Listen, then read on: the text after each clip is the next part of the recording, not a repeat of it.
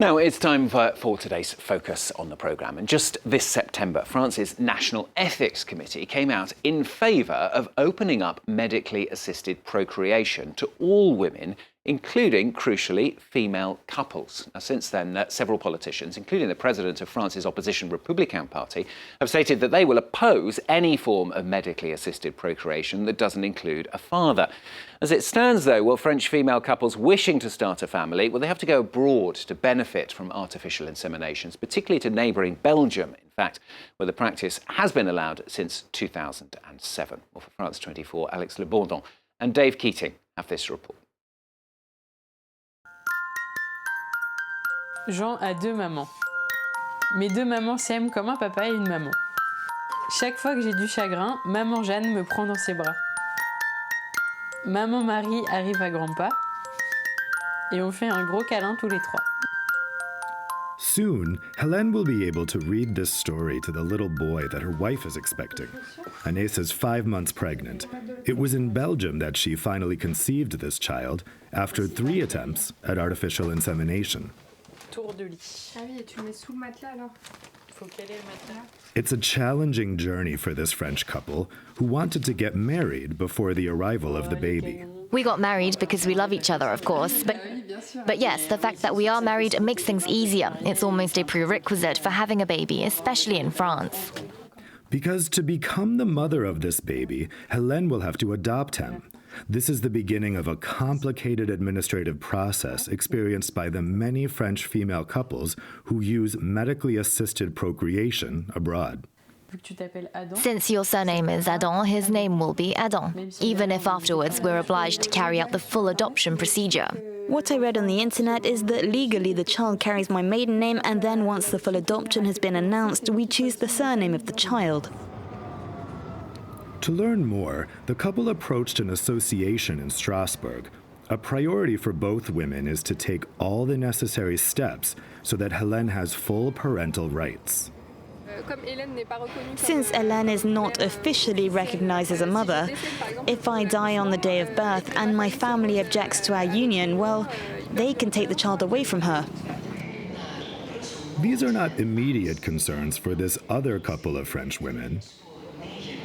Arriving here from Lyon, Virginie and Magali wish to start an MAP procedure in Belgium. They do not yet know which of the two will carry the child. Bienvenue à Bruxelles. Qu'est-ce que je peux faire pour vous, mesdames? Faire en sorte qu'on puisse mener à bien notre projet d'enfant. After examining the file, the gynecologist advises Virginie to receive the insemination. Not knowing who's going to carry the baby, it's hard to project yourselves, if only physically. In the case of French patients, the doctor is particularly careful to limit travel to Brussels. Once we start a treatment, we try, as much as possible, to get most of the exams done back home in France. The couple comes to us only for the technical act of artificial insemination. Before starting the procedure, the couple must sign this consent form, an act that serves as an official recognition of their desire to have a child. Back in France, we feel we're on the brink of doing something illegal. Here we can talk freely. The staff is welcoming and understands us, so it's very nice. They've scheduled an appointment in a month for the first attempt.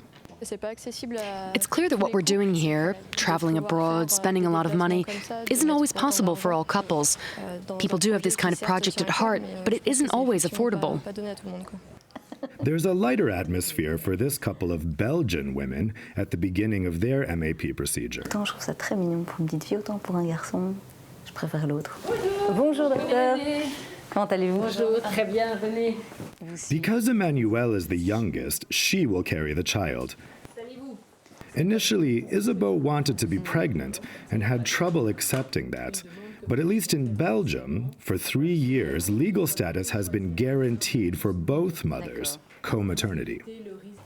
Are we legitimate to do this is a question that can arise quite early in the life of a lesbian couple. So the fact that we're told spontaneously, naturally, and from the very start, yes, you're the mother, whatever happens, we will never be able to take that away from you. Well, that's amazing, because we already have to fight to be accepted by society, to fight to have a child. We shouldn't also have to fight to both be parents.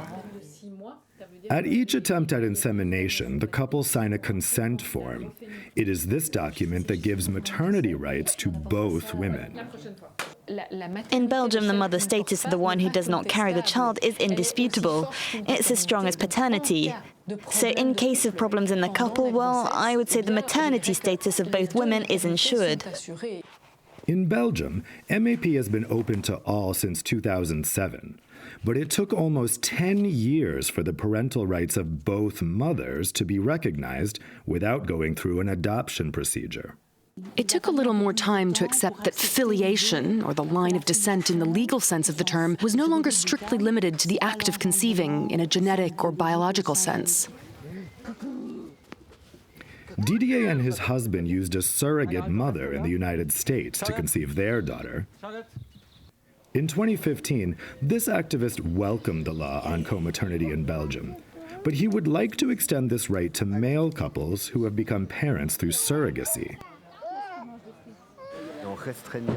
Restricting this law to women only, of course, it creates an injustice for male couples who in a surrogacy situation are facing the same issues. Yet the co-father isn't granted the opportunity to also become a parent immediately. In Belgium, the practice of surrogacy is tolerated, but has no legal framework for the moment.